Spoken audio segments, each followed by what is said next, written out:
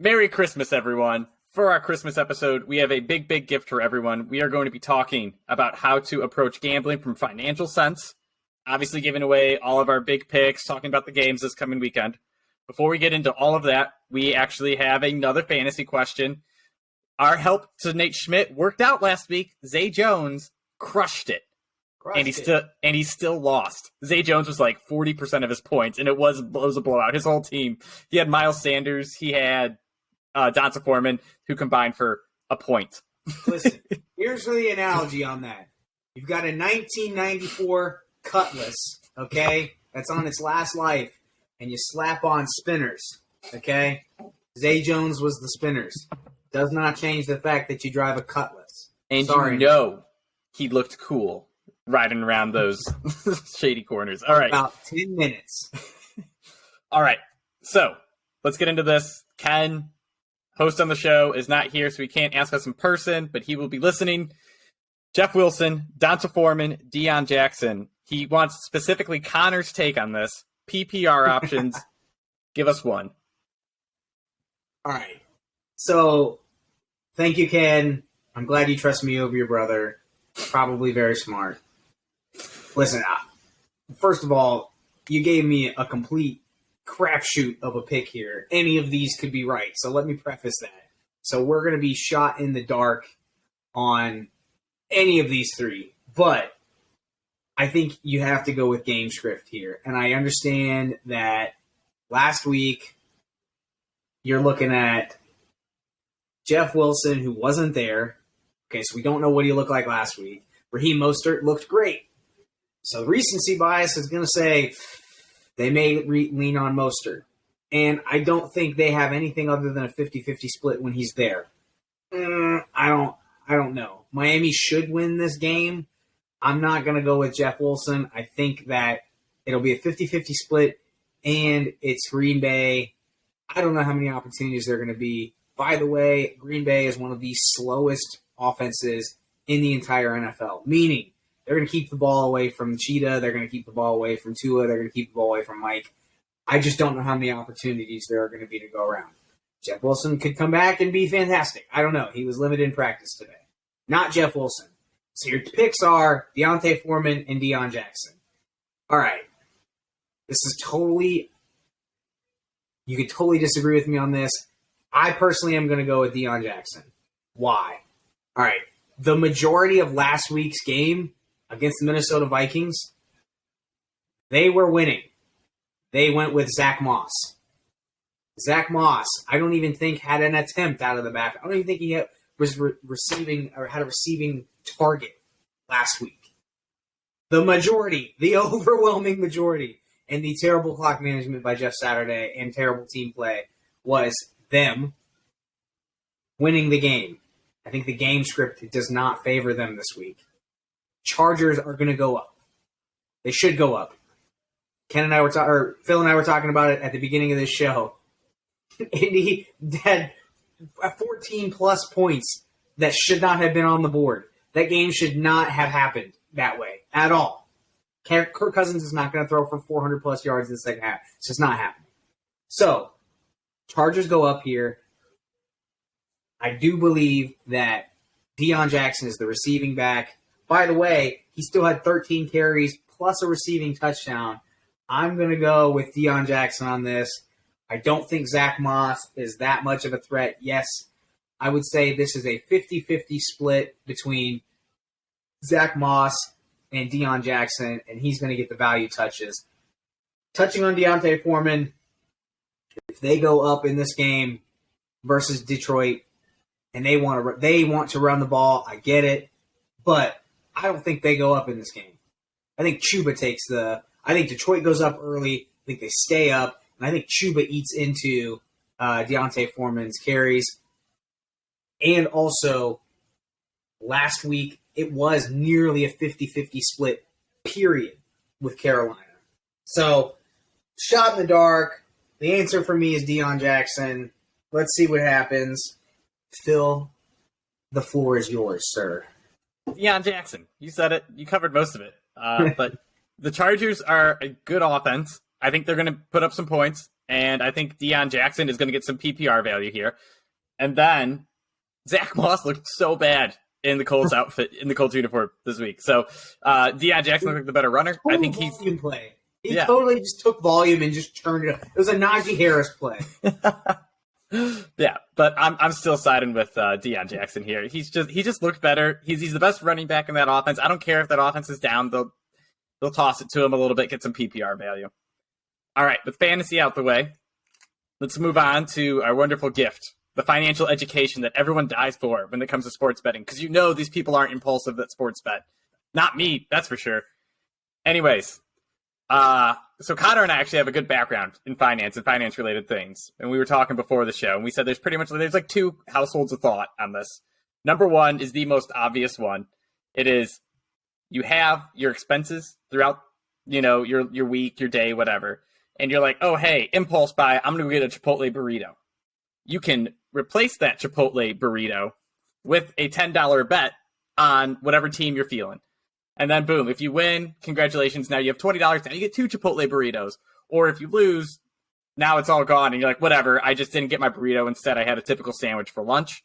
I think this is a good way to go about it, but it's very important in this situation to, 1, be responsible in betting always. 2, you have to have a budget and plan for this and be aware of your expenses.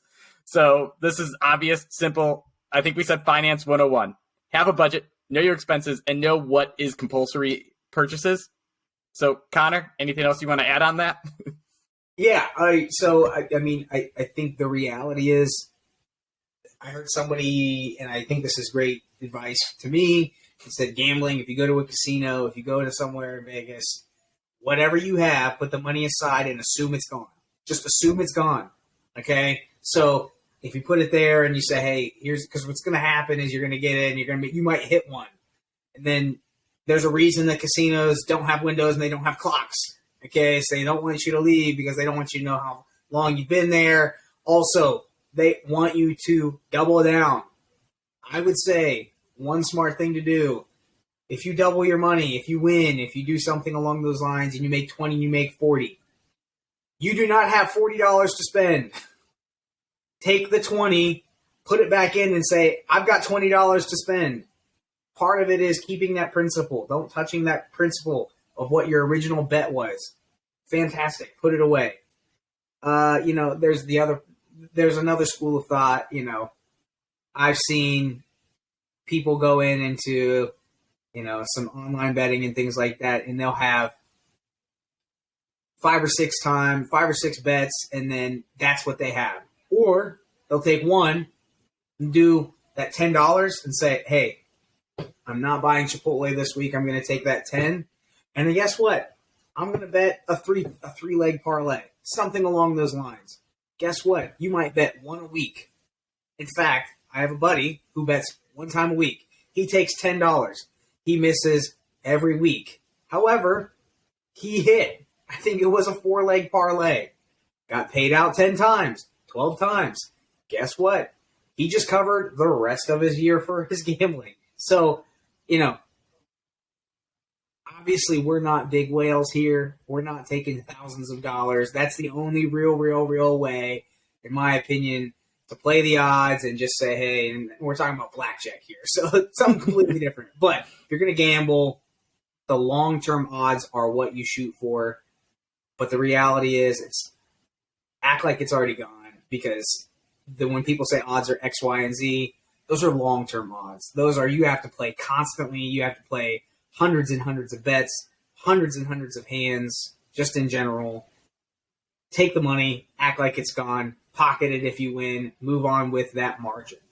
Don't move back on with, oh man, I've got double my money. I'm going to bet 40 now. Wrong. Like, the famous scenes in movies, we rob a bank and we have $10,000. We have $100,000. Now we're going to go play roulette. And it's like, oh, I have $20,000, $200,000. And so, and you putting that money and doubling down is not saying, oh, I have 200. I could easily have $400,000. It's like, no. You already doubled your money. Keep in mind where you came from. And I was going to say, you brought up a good point. I would say always bet in the same units, which is like, if you call a unit a $10 bet and you get 20 now, you're like, don't bet $20. Don't change your benchmark. Be like, oh, I still have my $10. That's my Chipotle on Fridays or whatever. I'm going to keep putting that in. And then you can accumulate over time and eventually shift. But you got to remember, if you win one week, you might lose the next. We talk about it all the time. We are over 50% on the year, but we're not out over here hitting 70, 80%, being like, oh, double the money this week, pocket it, and let's go double it again next. No. To Connor's second point, this is the school of thought is over the long run, you want to be able to, find small edges and bets, which is getting you, hitting 55 to 60% of the time instead of, 50-50, and taking that excess money now. And now you can kind of create a long-term system where you're looking at, this is how much I've invested, and this is not. That's the second school of thought that I mentioned, the two ideas where you are viewing this as like essentially kind of a retirement fund or just an investment fund where you are putting money in continuously and you're monitoring how it grows. You're saying, okay, I need to hit this target ROI because, in the world of economics, that is what's it called? It's replacement cost, but I can't think of it. The next best option, whatever. The opportunity cost. Opportunity cost. There it is. Yeah. So the opportunity cost is like in a different investment fund. You have to be able to beat that and yada, yada, yada in terms of finance. But you get the joy and excitement of betting. So you get that aspect.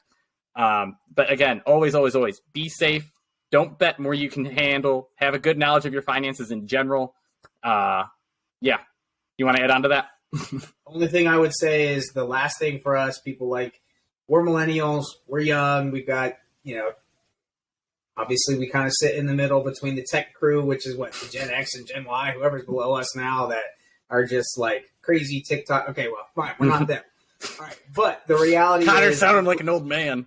I am. But the reality is the group that started like Barstool, okay, you'll see them go out and they started writing betting lines just like we're talking about right now.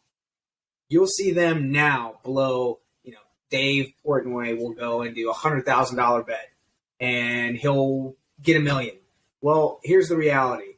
I can guarantee you Dave is no dummy. Dave is a guy who also, two things. He has that kind of money to bet. And two, he also is doing what we're talking about right now, but on a larger scale. His millions of dollars coming in is allowing him to have $100,000 in one bet in disposable income. Don't get distracted by that because I promise you there are 99.9% of other people that are not Dave Portnoy that are losing a lot of money if they bet that. Nobody has the stones to do that kind of stuff. And also, he is probably getting a kickback. He sponsored Barstool was bought by Penn National Gaming. Penn is one of the largest betting companies in the entire world. They're publicly traded. He has an incentive to show you the marketing side and go out, and that's exactly what they've done. So don't get distracted by social media. Don't get distracted by movies, and don't get distracted by trying to be a big baller. You will lose. Yeah, last thing. That's how it is. Last thing. I see it all the time. People, you look on Facebook, Twitter, Reddit, probably TikTok. I'm not on TikTok, so I don't know. But all you see is, look at this parlay I hit. And you mentioned a 4-leg parlay paying out 12-1. Well, it's like people doing stupid parlays, like the backup quarterback has 4 touchdowns and things like that. And once they hit, congratulations. Whoever bet them put $1 down, and they made $200,000, $300,000 or something. You got to remember, Vegas ain't dumb. It is filled with brilliant mathematicians, statisticians, finance, economics people that understand game theory and all of this wonderful things that go into betting. And they are baiting you to come bet. Those things get posted and you go, oh, I can turn $5 into $1 million. You have the odds work the exact same as the lottery system. You're not outsmarting the books. They lose those occasionally, but they win them 99% of the time. And they don't care about the one time they lose. So don't fall for that. Do what you can responsibly. And if you have $3 in your account and you want to do a bet like that, that's fine. That's great. It means nothing to you. You're like I said, you're wasting a drink at Chipotle instead of even the whole burrito. Well, guess what? Here's the reality. I don't go to Chipotle that much, Phil. You just pick something else than Chick-fil-A or... Fine. I don't know where you go to eat. Yeah, Chipotle just it's another day, another conversation. Chipotle is oversold now. All they do is put rice in there and mostly beans and give you no meat. It's unfortunate. Yeah, I completely agree. But if you get the half and half, you get slightly more no meat than other All people. right. Speaking of which, what do you think? You think they know that people are doing that, just like Vegas? Do you think they know that people are slightly getting better and slightly getting more? No, they're just going to put more rice on there, just like putting 2 green spots on the roulette wheel. Every once in a while, everyone loses. Okay, they know the odds. I'm telling you right now, if I get a base chicken burrito or if I get half chicken, half barbacoa, I am getting more meat, half chicken, half barbacoa, because the people measuring out don't do as well a job on half and half. You're right. Yeah. You're right. You're However, but it's still not like I'm winning in that. Chipotle is a huge billion or $1 trillion. I don't even know what they are now. So, all right, there we go. Finance expert knowledge here. Essentially, it boils down to typical finance. Be safe, know what you can do, and don't fall into bad circles of, I lost a bet, now I need to double my bet and catch up. Keep a long-term view in mind. If you believe that you actually have good knowledge, the way Connor and I do, and come on here and try to share it, and we're over 50%, so we're not actually all that wrong. So then you can play the long game and say, okay, Connor and I, last year we started out terrible. We were both hitting like 40, 45%. Caught up. This year, we've had our dips, we've had our highs, but it's all evened out, and now smoothing in that 53 to 60% range, which is kind of where if you can hit 60%, wonderful. But if you want to be at least 53, so you're breaking even. Well, here's what's going to happen. We're going to tell you what to do. Take all my bets, put them on a parlay, and you're going to get paid out this week. Boom. Boom. Hyping up not to bet parlays and then go follow it up with absolutely, I know, I'm overconfident. Bet a parlay.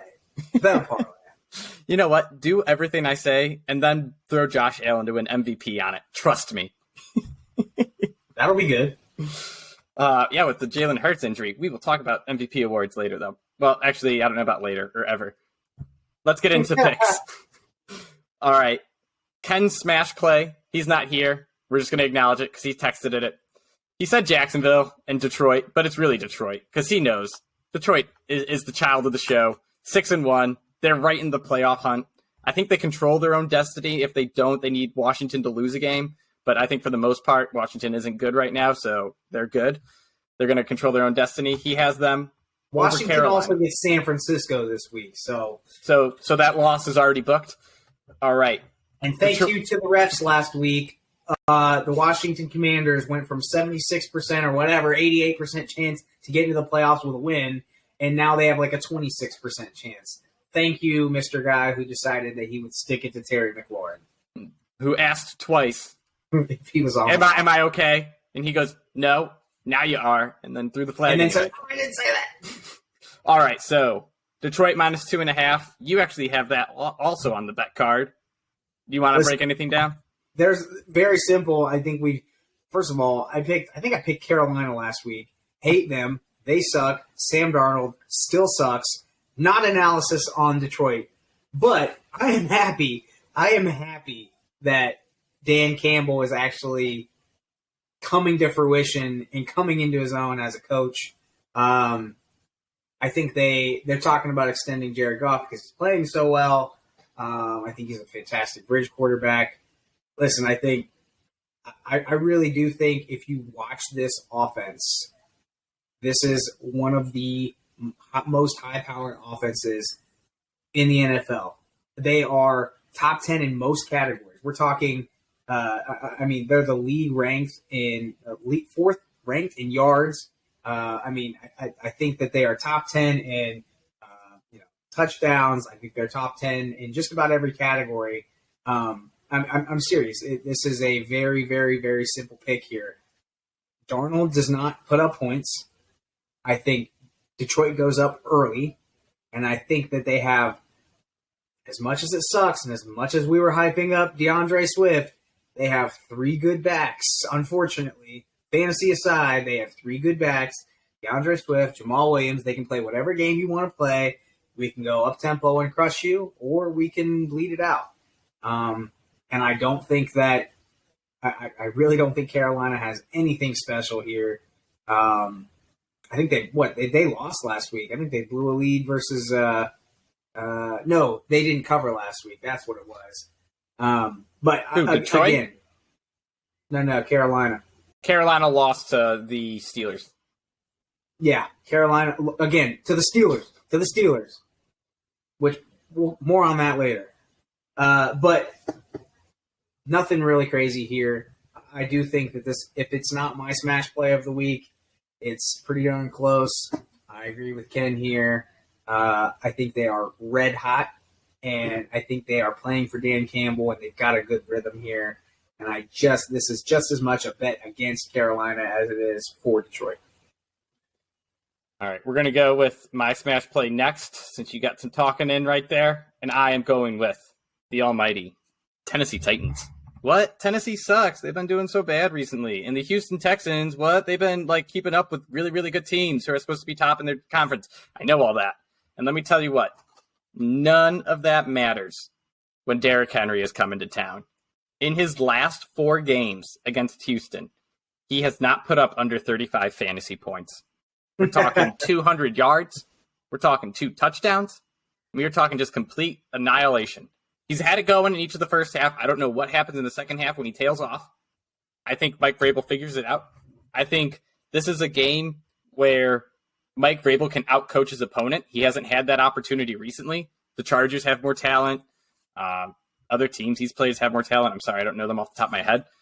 But I just think Tennessee has been getting outmanned, and it was due to happen because they had a tough schedule. They started off easy, and when they had their stretch run against bad teams like the Colts, I don't know. I just think I know they beat the Colts twice.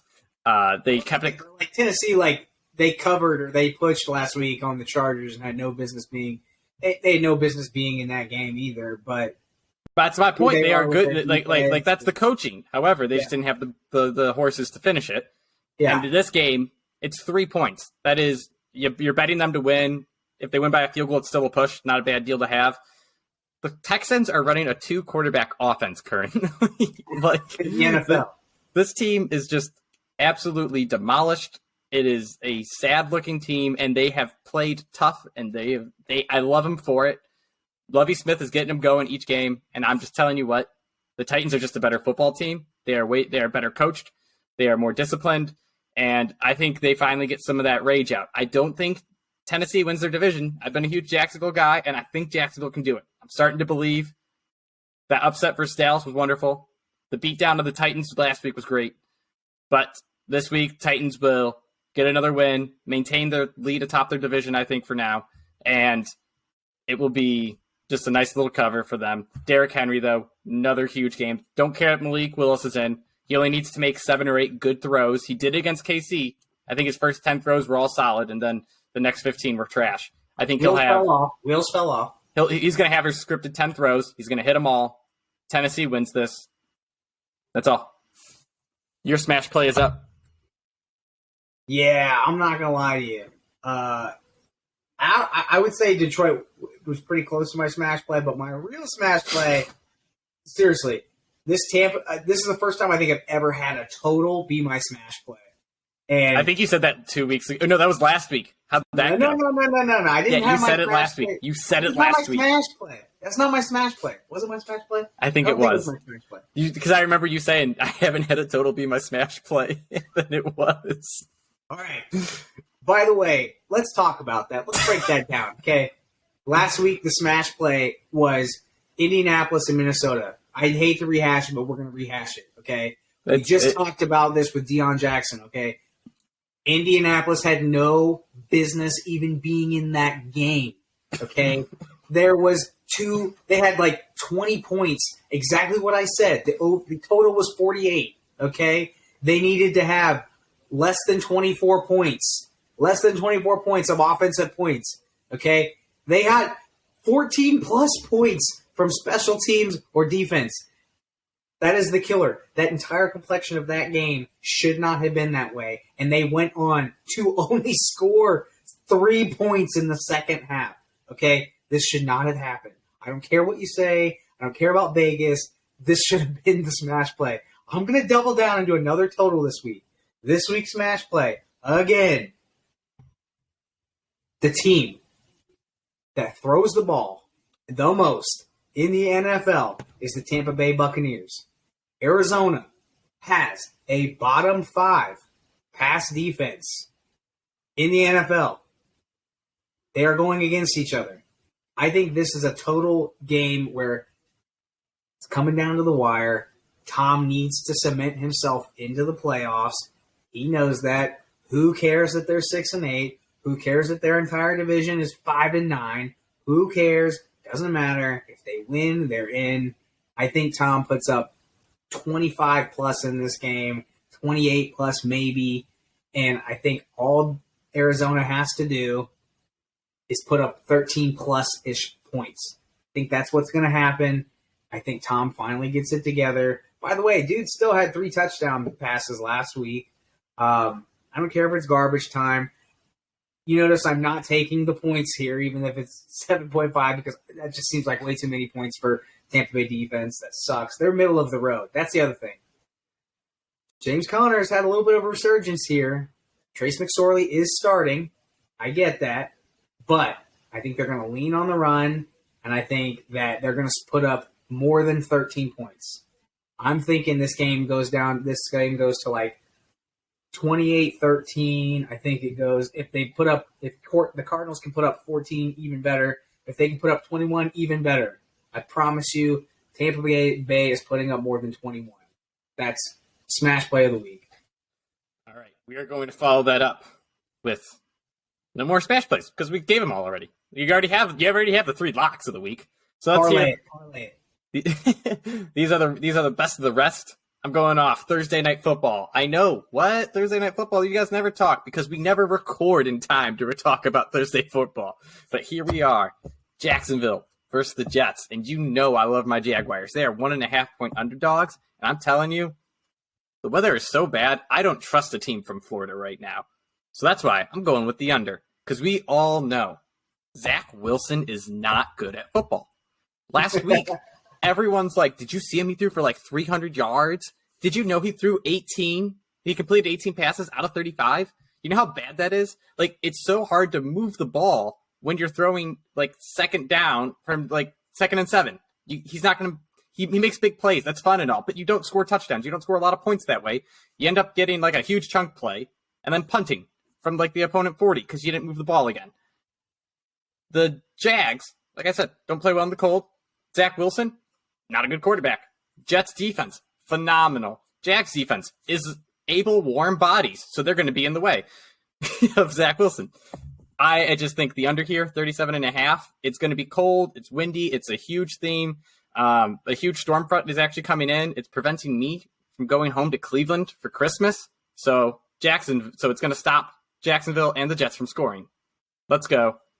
Under 37.5. That's a total, that's another thing. I can't believe people were like, oh, well, Zach had a pretty good game. That's a total thing where you did not actually watch the game. Mm-hmm. That's a total cop-out from a numbers person who says, I only look at stats. If you watched, he had one, back-breaking interception last week. And it was a total, who is he throwing it to? He punted the ball up in the air, and the corner was literally waiting for it to come down. No wide receiver within 5 yards.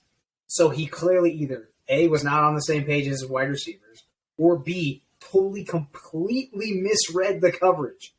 Either way, both of those are not good. And that doesn't mean that he goes, oh, yeah, by the way, he threw some long passes last week. So what? Anybody can throw Hail Marys. Anybody can throw it up. Seriously, Josh Rosen can throw the ball up too. By the way, why do we say that? Because that's his comp. Josh Rosen is Zach Wilson. Zach Wilson is Josh Rosen. They will be in the same position in 5 years on their couch. Yeah, it's just one of those things I don't understand at all. He's like the quarterback in Madden, where you look at a kid playing Madden and you're like, that kid threw for 5 touchdowns and 3 interceptions and 500 yards, but he threw 15 of 40. And it's one of the things, it's not sustainable offense. It's not moving the chains regularly. It's why people hate pass heavy offenses. It's like, yeah, you average, 7-8 yards a pass, but that's because if you take out your best 2 throws, you didn't move the ball at all. That's why running the ball is still important. I think I can't remember the exact details on this, but PFF came out with a report that like the best play in football is actually, or like the best stable offense is actually being able to run the ball for 5 or 6 yards of play, because you get the high floor where, even if you get stopped and you average 5 yards of carry, you're still at 2nd and 7, And the problem is when you're running the ball and you're up at 2nd and 10 a lot. That hence the Buccaneers, which if you want to talk analytics on this, I'll do another time. Just letting you know, inefficiency on a play-to-play basis is terrible. And it ruins offenses. And it might be cool for 1 or 2 flash plays, but it causes problems. And when you play in bad weather, you're not going to have those deep throws. Zach Wilson has a good arm. He doesn't have an Allen arm, though. And that's what's going to stop problems or cause problems. Enough about our hatred towards Zach Wilson and the I guess we love the Jets besides him. Anyways, what's your next pick? We both have your favorite team, the Cleveland Browns. Yeah, baby. Cleveland. The Cleveland Browns. If you guys don't know, Phil's from Cleveland. He's lived through everything and then some. He was so happy when they brought Deshaun Watson here. No. No. I'm just kidding. That's a whole nother conversation. We're not even opening that can. I was excited that we had a quarterback that could play at an all-pro level. Yeah. Outside of that, yeah, I wouldn't have been all that excited about Deshaun either. Who hasn't been very good this year? Again, most people listening. We talked about. I don't know if I said it on here, but we saw that coming. That's he hasn't played. Coming. He hasn't this played in 2 years. For 23, they're playing. They're getting. This is a dress rehearsal for 23. Exactly. And when you give a guy $250 million cash, pretty much, it doesn't matter what he does. He's your quarterback. Yeah. Haha, Russell Wilson. And you also give him basically $0 to play in 23. Your contract is structured such that it's $1 million in 23 or 22, and then $249 million after 22. Say what you want. The lawyer is good that made up that deal. That's why they can hire the best. Anyways, they're playing the New Orleans Saints in Cleveland in the ice freezing cold, which, by the way, New Orleans, where do they play? They play in a dome in New Orleans. They are not going to be ready for this. Fine. Andy Dalton is there. He's played in the freezing cold. He used to play in Cincinnati. But let me remind you, Andy Dalton is not good at football anymore. So here we are. Chris Olave has been hurt all week. There's a chance he doesn't even play. You have Raheed Shaheed, yeah. Whatever his name is. Another rookie wide receiver who is a deep threat at best. Jarvis Landry was missing all week this week. By the way, saw a crazy stat last week. David Johnson, for the love of donuts, had as many routes run or more routes run than Alvin Kamara last week. Yes. David Johnson. The David Johnson. From Arizona. Was kind of good like 6 years ago, had more routes run than Alvin Kamara. What does that tell you? They are offensively completely inept. Their offensive coordinator should be fired. Supposedly they're bringing back Dennis Allen. Fine, he's a defensive head coach. Here's what you need to do. Go get an offensive coordinator. But you're not going to get one this week. So, as crazy as it sounds, this total is 32.5. There's a chance that I would end up taking the under. But I'm not going to because that is egregiously low. I think that is the lowest we've ever seen. It might be. Yep. Anyways, who's going to be better? I don't care if Nick Chubb is out. There's a chance he misses. Fine. That's why you have Kareem Hunt and Ernest Johnson. You run the football. You play a good defense with Myles Garrett. Myles Garrett comes back. Jadeveon Clowney, fine. You can talk about him being a waste. Doesn't matter. He demands attention. This seems to be like, again, Cleveland minus 2.5. It's basically a push 'em, basically a pick. If it's a pick 'em, I'm thinking they're winning by more than a field goal. For the love of donuts, don't pick Andy Dalton. That's it. So a big advantage in these games, right, is one, neither team can throw the ball far. You're talking 25-mile winds, let alone whatever the gusts get up to with snow. So Andy Dalton doesn't move. They do have Taysom Hill, but I don't think Taysom Hill plays well outside of the Superdome. I feel like he is not like he's a good straight line runner. I feel like he doesn't have good cut and burst. But I bring that up to say Deshaun Watson is a solid mobile quarterback. We've seen him make plays on with his feet already. Like a couple plays here and there is all it's going to take to win this game because like the total is 32.5. Everyone knows it's not going to be high scoring. You can win this game 10-3, 10-7. Both are covers for the Browns. I think the Browns. I'm with you. The Browns got this. Myles Garrett. The tackles for the Saints are terrible.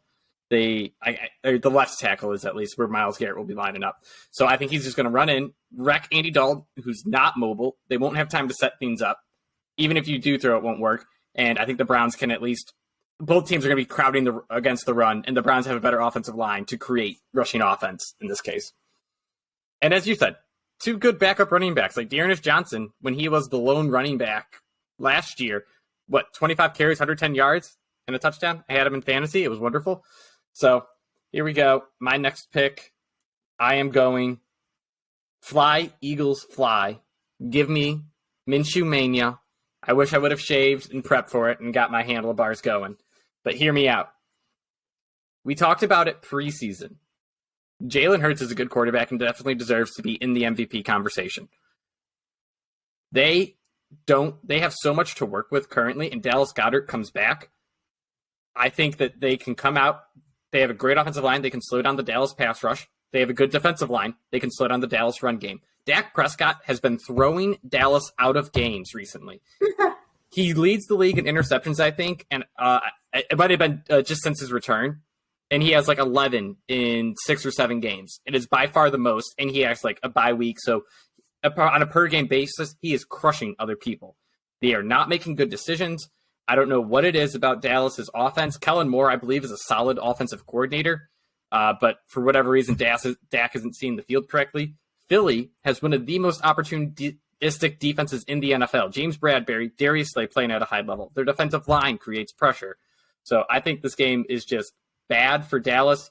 I am not scared of Minshew. I honestly was probably going to lean Dallas in this game if Philly was a favorite with Hurts as a starter. But now that it's the other way, I don't think a Minshew drop-off, at least in the first week, because we saw it with Baker Mayfield last 2 weeks ago when he started for the Rams. When you switch your offense because of the quarterback, the defense doesn't know what to hit. They're going to be hit with. Well, Jalen Hurts to Gardner Minshew is a huge change in offensive scheme. I think that's going to be a huge advantage. He can make the throws. We've loved him. We've been hounding for him to be a quarterback anywhere in the NFL where he could get some play time. So we just love watching him. He can't throw far, but he's just got wily, tough guy that you want to see on the field. I like Philly. A.J. Brown, Devonta Smith, Dallas Goedert going to make his job easy. All he has to do is put it where it belongs. He can do that. They're not ruling out Hurts, by the way. Supposedly he's questionable. When you pretty much have, I think they only need to win one game and they clinch home field advantage throughout. Yeah, don't risk it. I mean, it's coach speak too. When Kyle Shanahan said that he was going to split carries with Christian McCaffrey and Elijah Mitchell, I totally believe that too. In fact, I did actually kind of believe that when he did 50-50 and I sold him for Saquon Barkley. Hasn't been a total loss in fantasy, but it hasn't been as good as CMC. Anyways, some of that is also due to the fact that Elijah Mitchell blew out his knee again. So, to be fair, still, it's not apples to apples here. Elijah Mitchell was their grind the clock guy. Yeah. So, to be fair, we haven't really seen if that was more of an unfortunate trade and just happened to be that way. Not as bad as Cooper Kupp for Justin Jefferson, though. That one again, I will stand by that was relatively fair. I don't care, okay? That was incredibly unfortunate. I'm still bitter. I'm also playing that guy in the semifinals this week, and he's going to haunt me for life, and I'm going to be super pissed. I need Justin Jefferson and Christian McCaffrey to have bad games this week, so that's good. Both of my semifinal appearances. All right, let's hear your next pick. Cincinnati's healthy. For the love of donuts, Mac Jones still sucks. Matt Patricia still sucks. I don't care what happened last week. Las Vegas shouldn't have won. Fine. Las Vegas is not a good football team. We'll talk about that shortly. I'm telling you, again, Cincinnati is relatively healthy. T. Higgins, Jamar Chase, Tyler Boyd, worried. All three scored last week. All three beat the brakes off of Tampa Bay. In my opinion, Tampa Bay is still a better team than New England. I don't care. I think this is, another. I would love this line at -2.5. I'm still taking it at -3.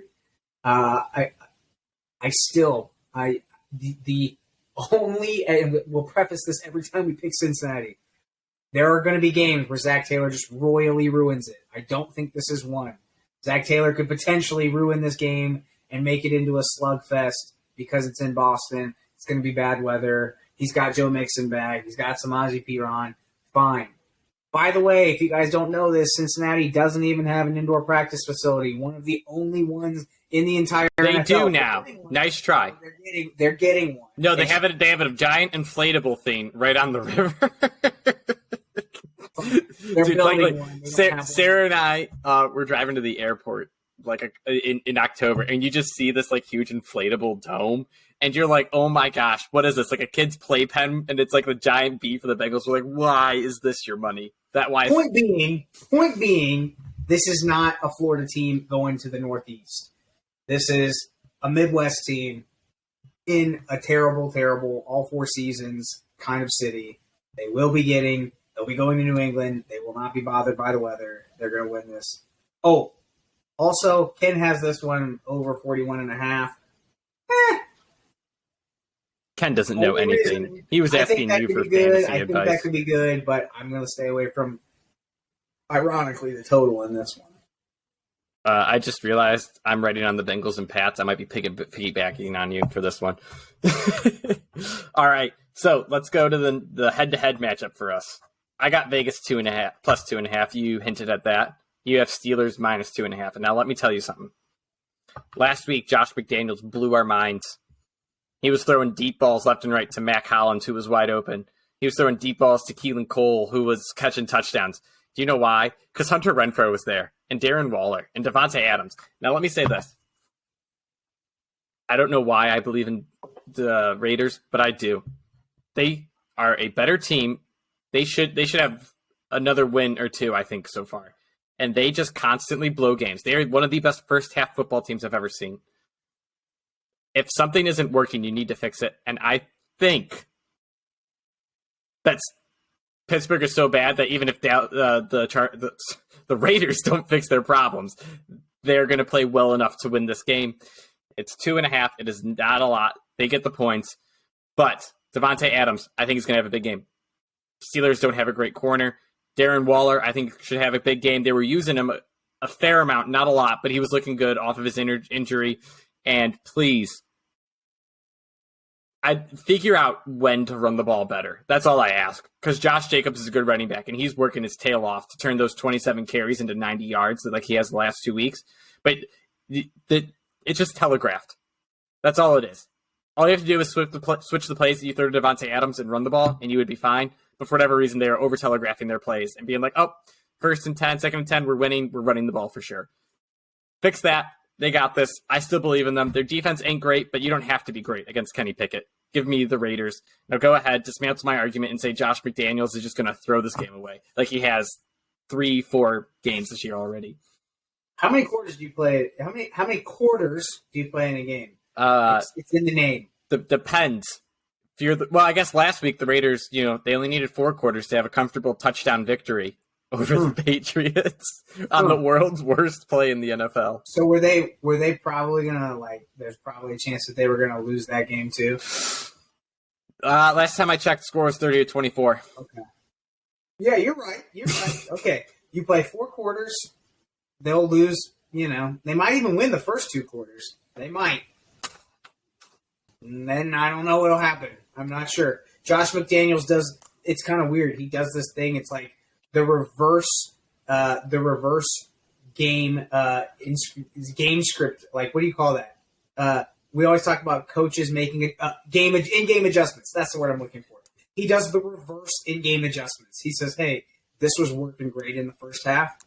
Let's not do it anymore. Or he said, this wasn't working good in the first half. Let's continue to do it. Let's do it. And for some reason, that seems to not allow him to be fired. Oh, by the way, that's not it. That's actually not true. They want to fire him. They can't. They're cash poor. They have to pay off their Allegiant Stadium in Las Vegas. They have to pay off their John Gruden mistake. So nobody likes Josh McDaniels, including ownership. He clearly has no real grasp of the game. He has a better resume to an extent than people like that are going to be fired, a.k.a. Lovie Smith, Nathaniel Hackett. Those guys are going to get the can. They can't get rid of Josh McDaniels. Also, the craziest stat you gave me, since TJ Watt's been back, they're 4-2. What are we doing here? I don't understand. I don't get it. By the way, if Mitch Trubisky was playing, fine. I would probably take Vegas plus 2.5. He's not. Kenny Pickett is. Kenny Pickett is at least mobile and at least can run the offense and not throw the ball to the other team. Trubisky does that. The caveat here. I think Kenny Pickett's out of concussion protocol. If he's not, fine. I'll take this pick off. But, fine, I get it. I just think that this is the reverse Dan Campbell. This is like, people don't want to play for this guy.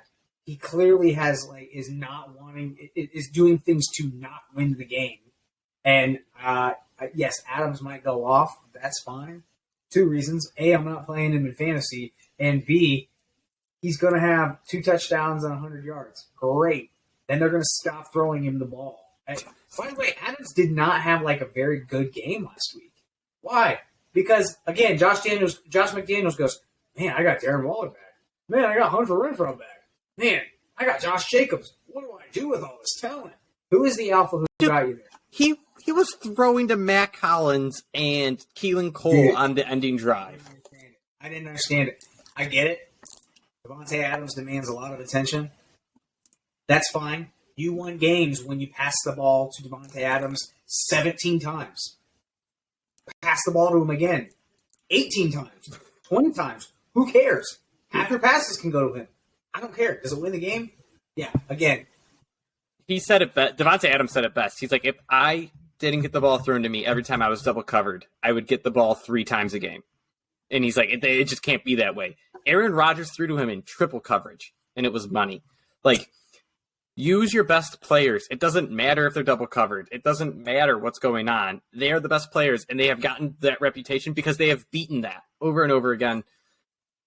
I just believe there's too much talent on this Raiders team for them to keep screwing up. And they're still in the playoff hunt. Listen, all right. a perfect example of something like that. Perfect example. They are 8-6. They are probably going to make the playoffs. They have 2 of the best, probably the best wide receivers in the NFL, 2 top 10 at least. Tyreek Hill gets targeted 10-plus times a game. And guess what? He may catch 4 of them. He also, the perfect example was 2 weeks ago against, who was that? Was that against Belichick? No. 2 weeks ago, against the Bills. Against the Bills. 2 weeks ago against the Bills. Guess what? Tyreek Hill. No, this was last week. Tyreek Hill had 4 catches, 81 yards, and a touchdown off of 12 targets or something like that. Guess what? They were close. They should have won that game. They could have won that game. They do not care. They're going to move him around. They do not care that he's double covered. They'll make him get the ball. Davante Adams, get him the ball. I don't care if he's double covered. Justin Jefferson, double covered. You're in the same tier. Throw him the ball. All right, let's stop disagreeing and let's get back to being friends. The Vikings burned you last week, I hate and you're coming back for more. I talked you into this one. Under 48. Hate everything about him. Giants versus Vikings. Hate everything about him. I feel like I could take your speech from last week, copy and paste it into here, and just sub out Colts for Giants, and it would work perfectly. 100%. Absolutely. This is very simple. The Giants scored 20 points last week. 2-0. And they had 1 offensive score. 1. Seriously, if you take out last week, if you take out the 2 defensive scores or special team scores, plus the turnover that Kirk Cousins had early in the game That led to a touchdown that was like a 20-yard. We're talking about a completely different scenario. They're not throwing the ball 40 times in the second half alone. Just not doing that. KJ Osborne had 16 targets last week. Justin Jefferson had 14 targets last week. In no scenario did that happen. We're talking about, like, statistically, the craziest thing happened last week for them to hit the over and put up 70 points. Oh, you mean 33-0 comeback has never happened in NFL history? Literally. So I'm totally out on this. I do not believe the only reason that this is so high is because Minnesota's defense sucks so royally. And if you watch them play, they play cover 2 and never, ever, ever, ever, ever come out of it. It's crazy. It's not even necessarily that they play cover 2. They play a cover 2 shell. And they just sit back and say, hey, just keep throwing the ball over there. It doesn't matter. We're also not going to load the box to let you run the ball. We don't care. Fine. They have two options. They can take away the entire offense of the New York Giants by loading the box. And when I say the entire offense, I mean the entire offense. Or you can let them run the ball and run out the clock and not score on your own. Both of those sound like under to me. All right. I agree. And the Vikings, they just do whatever the game script tells them. It's like, oh, we should be throwing here. Okay, let's do that. Oh, it's close. We should be running. Let's do that. They're just so vanilla. All right, my next pick, though, Atlanta versus Baltimore. Under 35.5. Another Eastern Coast game where it's going to be cold, it's going to be windy, it's going to be just ugly. I think Lamar comes back. I'm not positive on that. He's looking good. This is Wednesday that we're recording, so he might get ruled out later. But we saw Desmond Ridder last week. It wasn't pretty. The man ran out of bounds on a Hail Mary play as time expired. Like he couldn't. Good at football. And the Ravens, since adding Roquan Smith, have been an absolute elite monster at stopping it. Just one on defense, two, especially against the run. They haven't been 49ers quality on the defense as a whole, but they've been really good at shutting down running games. All the Falcons can do is run the football. Drake London has looked good, but the Ravens have Marcus Williams over the top and Marlon Humphrey in his face. I don't see a path that looks well for the Falcons to cover this. It's a 7.5-point spread for them, which is absurdly high given the conditions and the low total. So I don't trust either side, but give me under 35.5. Both these teams are going to want to run the clock out and get out of there.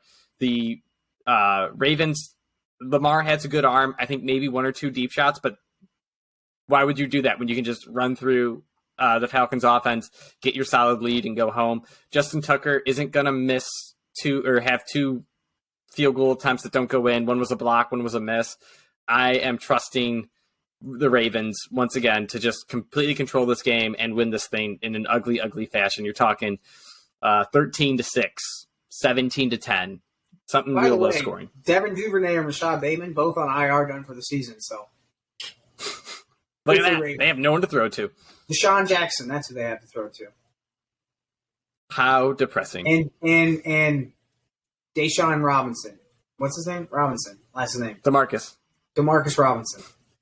Here we are. We overlooked one of your picks. You have over 43.5 marked for the Lions Panthers. I don't think you talked about that. Oh, yeah, this is very clear. Once again, Detroit's going to put up points. Carolina may put up a couple, but the reality is I think Detroit is going to put up points and stay up. That's it. Very simple. This is very similarly the Tampa Bay argument here. Tampa Bay throws the ball a lot. Arizona sucks at defending the ball in the air. Their defense is really, really bad against the pass. Detroit, good offense. Elite offense. Fantastic offense. Carolina, not good at football. Sam Darnold, okay, maybe. He might be able to get a couple of points. This is totally all Detroit points. Okay. That's bold. But we're going to close out then with Chargers versus Indy. This is the 5th week in a row I'm taking the Chargers. They started me out 0-2, but now they are 1-1 against the spread. and I believe in them. I will never stop believing in the Chargers, and I don't know why. I feel like I bet them a lot last year, and it hurt me a lot, but I love this team. Justin Herbert, if he would just, like, all they do is they keep the game close, and then they say, Justin Herbert, we need a miracle play in the fourth quarter. And that pass to Mike Williams on their final drive last week was just amazing. It's 40 yards on a rope. The defender is right up on Mike Williams. He puts his hand up, and Justin Herbert throws it so hard that the defender can't defend the pass and isn't ready for it because it was 40 yards right in the face. So on a rope, on a laser, on the run, in bounds, falling out of bounds. Yeah, it was pretty cool. Just absurd. I hope Joey Bosa comes back. I'm not going to say he is for sure, but they still have Khalil Mack, who can create pressure. Derwin James should be playing in this game, and you have 2 stars on defense. That should be enough against the Colts, who are playing former Super Bowl MVP Nick Foles. Nick Foles. Go Nick. Not going to be good. Go Jonathan Nick. Taylor, likely, I don't think. He's done. He's on IR. He's on IR. Jonathan Taylor is out for sure. I like the Colts defense. I don't like it more than the Chargers offense. Austin Eckler, great. They have Josh Kelly to pound and take some of the burden on the ground. They are actually healthy, and you talked about it way back when. Once this team gets healthy, they will move the ball. They will be good, and they look good with Mike Williams and Keenan Allen out there. So I'm believing Chargers -5.5. This is indoors, too. That plays to, the better passing game, which in this case, look at that. It's the Chargers. So I will never stop believing in the Los Angeles Chargers, even though they always curse me. Ken, I know you're still here, buddy. Deion Jackson is the play. Deion Jackson. Going to be losing to the Chargers. Play him. PPR master. 10 catches, 50 yards, 15 Nick Foles points. going to dump it off to him. Nick Foles going to dump it off to him. All right. That covers all of our picks, all of our sound financial wisdom, and fantasy advice. We're good. Put it on a parlay. Bet the parlay. Bet whatever this is, except you'd have to bet all the parlay on all of these games, except for the Las Vegas-Pittsburgh game. It's the only one where we differ. So bet all of that one. So put in 2 parlays. 2 parlays. Yeah, one with Pittsburgh in it, one with the Raiders in it. Boom. You're destined to hit. So technically you can hedge. Not really. No. You can't. It's not a hedge. It's like the opposite. You have to pick the complete opposite with that game. Yeah, let's not get into that. It's too technically sound for us right now. We're tired. All right. If you make your fantasy championship, reach out to us. If you have questions on our financial wisdom and all this knowledge we have built up through years and years of start the show with it. Making a show, let us know. Like, comment, subscribe. One day I'll remember to say that at the beginning of the show instead of the end. All right. Thanks so much for listening. I got to hit the stop button. They're listening still.